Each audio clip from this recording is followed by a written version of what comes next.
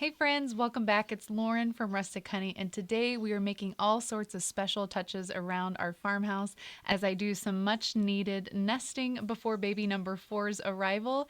And this week we also have a very special birthday girl in the house. So come along with us as we make some special things for her birthday and do a few extra creative projects.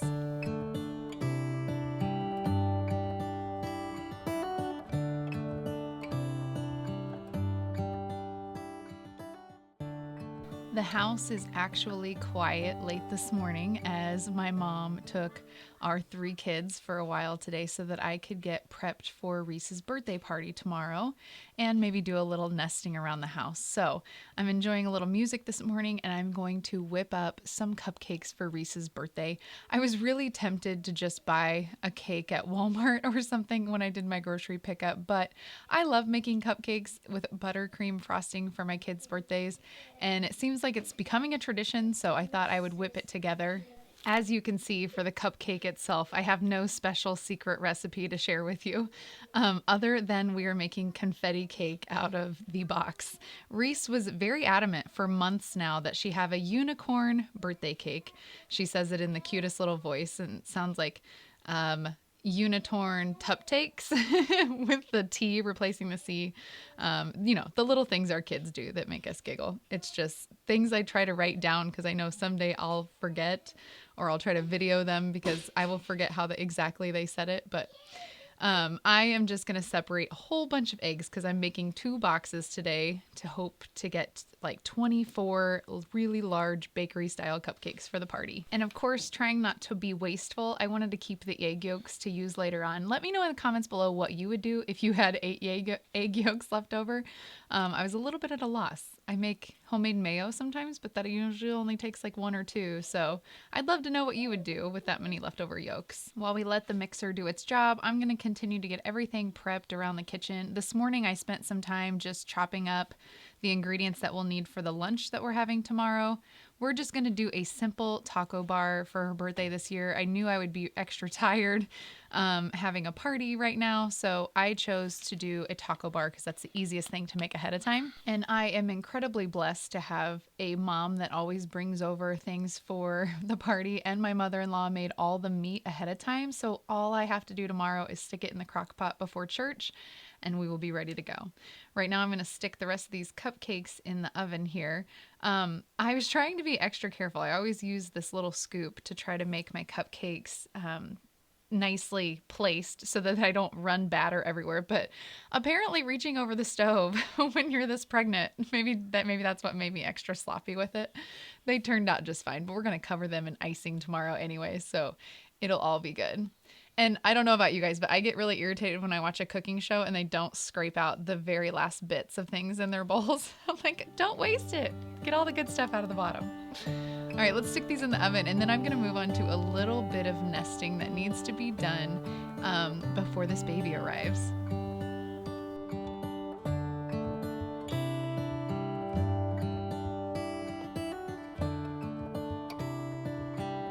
Since Dan and I were alone today, I had him do the exciting job of getting the crib out of storage so that we could set it up in our room.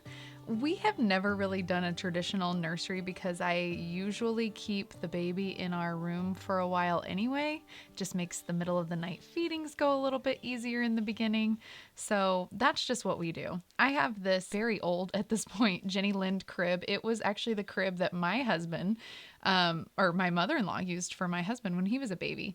And it was missing the bottom springs and all the mechanisms. When we first got it, we just had the exterior pieces. Back before our first baby, I got online and I found a place that sells replacement parts for these old cribs so that you can kind of restore them. Ours could stand to be completely refinished, but I haven't done that with any of our kids and I don't see it happening now. So I am just wiping it down today, getting it disinfected, and then shining it up a little bit. Use what you have and it'll be beautiful. My husband also, you saw part of that was kind of like crooked. It is not like that anymore. It was just stuck at the moment and I couldn't figure out how to do it because it had been so long. So it's fixed now and it's on the lower level so that I can get the newborn in and out really easily. I had to get all of the clothing out, and of course, it takes me down memory lane with a few pieces from Reese. I feel like she was just this little not too long ago, but here she is getting ready to celebrate her 4th birthday this weekend. I remember having so much fun sewing things for her, and I made this little bonnet, and it seems like that time period was so short-lived where she would actually keep it on her head, but I love keeping back a few things like that that are fun memories, and I'm glad I did now that we have our 4th on the way. So I'm taking this big bundle to the washing machine, and I'm just going to wash everything at once, and nothing's actually dirty, but I want to get everything prepped and completely ready for baby. So I'm washing a few covers, the mattress covers, and then this new little outfit that's obviously very gender neutral, and I plan to take it to the hospital. I don't do anything super fancy for our going home from the hospital outfits or anything like that, even for myself. Usually comfort is key. We're not like we're throwing a big party and taking a bunch of pictures on our way home. We're just trying to be comfortable. So try not to waste money or extra energy when it comes to my hospital bag.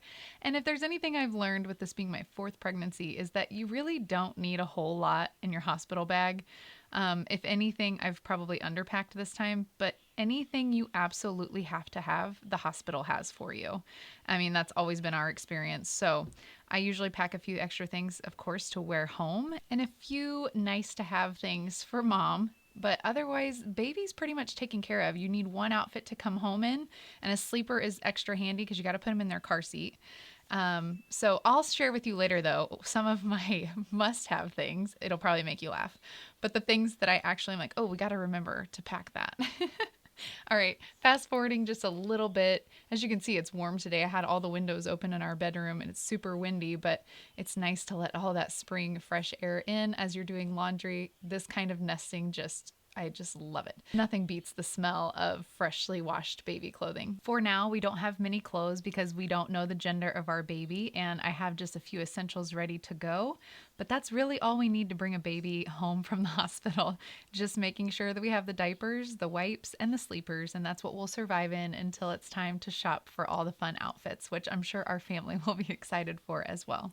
And I'm going to head back to the kitchen one last time before my mom brings the kiddos home. I wanted to get up a couple decorations for Reese's party tomorrow and set out my cake stands. So all I have to do when I come home from church is get the rest of the food prepped and on the table. I did not go all out with decorations. I usually decorate this island in our kitchen because that's where everyone comes in to get food, and we're in and out onto the back porch. So I bought this big 4 on Amazon. I can link all of this stuff below, but I really didn't spend much at all on birthday decorations. I spent the most on the piñata, which was about $15 at Walmart, but I thought it's kind of dual duty. We can use it and they can have fun with it. And then we had to have some unicorn things because that's what she wanted on her cake. So I bought these little unicorn picks to do on the cupcakes, and of course, temporary tattoos. You can't go wrong with that, right? When it comes to decorating, I try to keep all of our decorations in one consolidated area, and it makes it feel like it's a lot more festive. So if you're looking to save money on a birthday party, definitely just decorate like one table or do just a couple centerpieces to get the point across, but it doesn't have to be anything big. Reese, of course, was excited just to see the unicorn on the table and all the cupcakes. So her day was made, and therefore my day was made. I wanted to get started after church on my buttercream frosting. It's best when it's fresh, so I wanted to make it this morning. Of course, church ran a little bit later than I was planning on this morning, so I feel like I am just in a rush while trying to get everything washed and cleaned and prepped before our guests arrive. But luckily, it's just friends and family today, and no one really cares, so we're just going with it. I will be sure to share this recipe with you in the description box below, but I've been making this buttercream frosting for a while now. I feel like it's pretty much fail-proof, and it's becoming quite the favorite. It starts with 3 sticks of butter, just cold butter, and you'll start to whip that together. And then, of course, it starts out kind of thick like this, and you've got to scrape down your paddle and the sides of the mixer. I have not made this without my KitchenAid mixer, but I'm sure you could do it with just a handheld mixer as well. But it's a slow process, and I always have to read the directions, but you're basically adding a little bit of powdered sugar at a time, and then it's whipping that air into the butter as you go. You're going to add a little vanilla, and most of it is just the amount of time that you whip it, and it gets really nice and light. It is just so delicious and has quickly become a favorite of mine. So I had all of my stands ready to go, and I put my cupcakes in this little carrier overnight to keep them fresh. I didn't want to smush down my little tulip covers because I always think those look really pretty and bakery style. A lot of you have been loving those and asking for that link, so I'm going to link them below again, but they're just an easy thing to buy in bulk and always have on hand and ready to go for cupcakes or muffins. I use them for a lot of different things. I even use them for classroom snacks sometimes to like divvy things up, and it always fancifies it just a little bit. That's a word, by the way. Look it up. As you can see, the kitchen is getting busy, and Reese is getting very excited for her party here in the background. She's excited to put together her unicorn cupcakes. So now that the icing is done, I am going to put it into a big plastic bag because unfortunately I forgot to buy extra piping bags after Christmas this year, so I don't have any piping bags on hand. And the birthday girl always gets to lick the paddle, which I hope my kids remember these things because in my mind we do this for every single one of their birthdays. I make the buttercream frosting and then they get to lick the paddle, which I don't know. My kids lick the paddle all the time. They may never remember it that way, but I hope to make special memories like that for them that they'll always be able to remember about their birthday. So I'm just using a simple bag today, unfortunately, to pipe this on as quick as I can. And they're not going to be beautiful, but we're going to top them off with sprinkles and those little unicorn picks anyway. So we're not really going for bakery perfection today, but more so just a delicious treat to go with our homemade ice cream. And I completely forgot to include that in any of my video taking from this birthday party. So this summer we will have to share our really neat ice cream maker with you guys. We have an antique motor that runs this whole thing. It's a whole ordeal.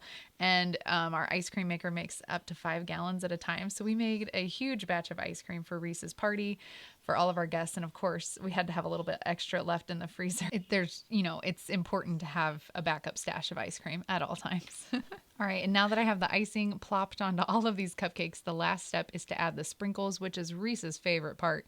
In fact, she went to the cupboard and started pulling out my leftover Halloween and holiday sprinkles. And I was like, no, we have special sprinkles for your birthday. We, in fact, had pink and purple unicorn sprinkles plus this little glitter dusting, which of course became more than a dusting for Reese on a few of these cupcakes. But they were extra special and extra sparkly, perfect for a unicorn birthday party, of course.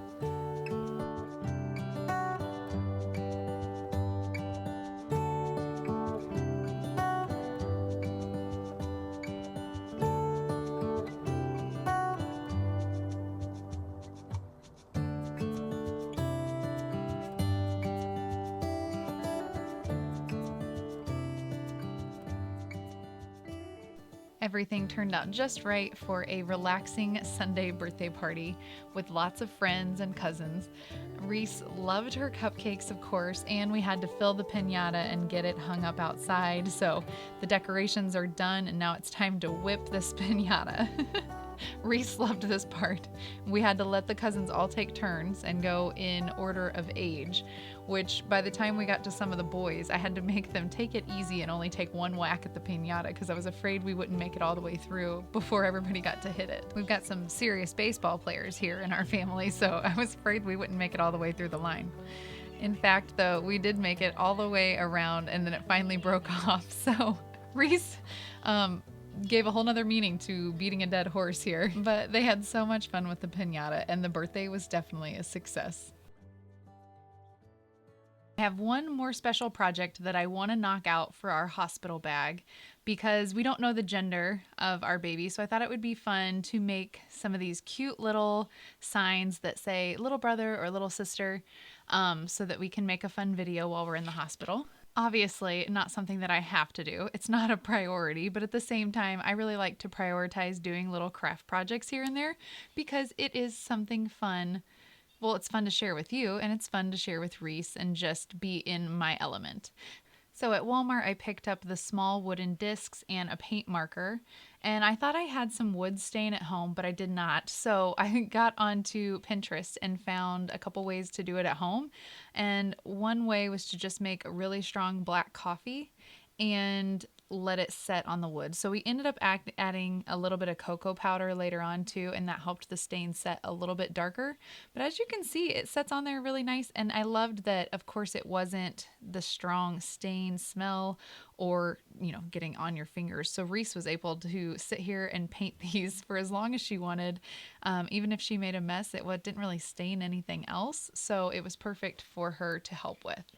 In fact, she loved it so much, I let her go ahead and stain all 6 of those discs, and I thought I can reuse these later on as like little gift tags or some other kind of signage at some point, so I'll just keep them in my craft room. You guys know I love to store a backup stash of craft supplies and fabric, so that's where those extras will go to live, and I'll show you how the rest of that comes together. My husband actually had found these today too, so while she was painting, I was just sitting here admiring these lovely mushrooms that he found out on our property. This one was like almost the size of my hand. It just blows my mind how big they can get. Of course, there were some small ones too, so he is going to fry some of these up with our dinner tonight.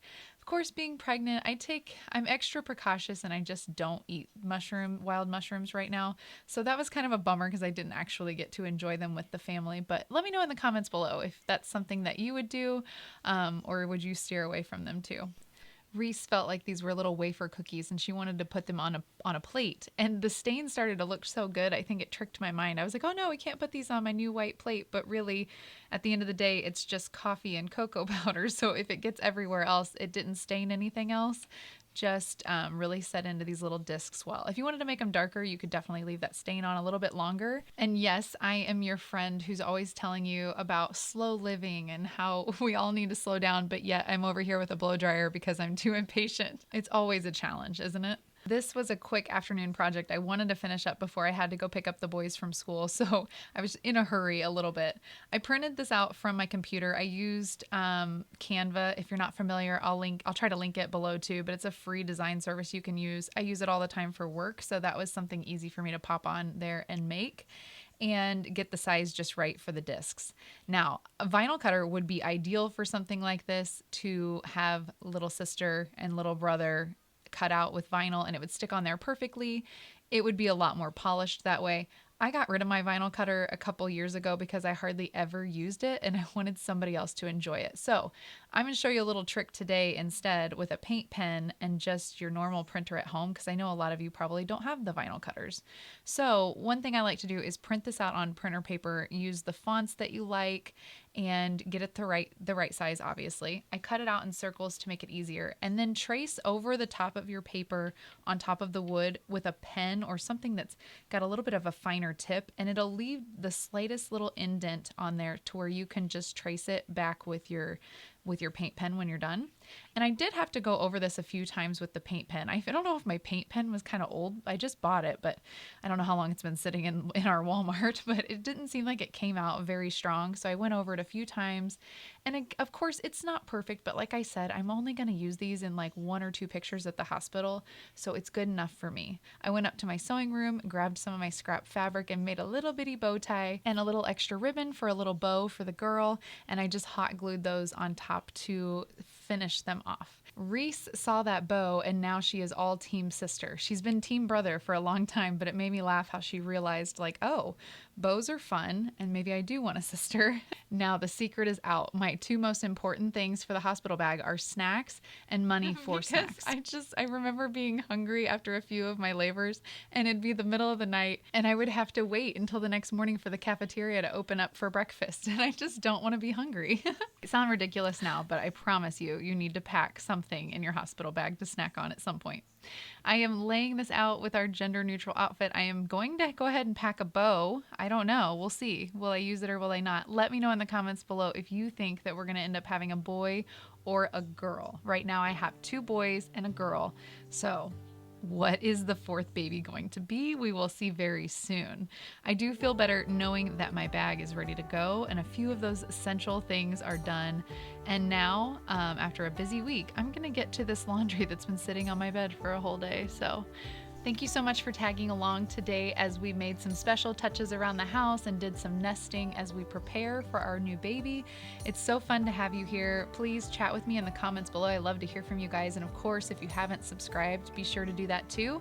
I love to share all things country living with you guys, rustic recipes, farmhouse decor, and of course, our farm life along the way.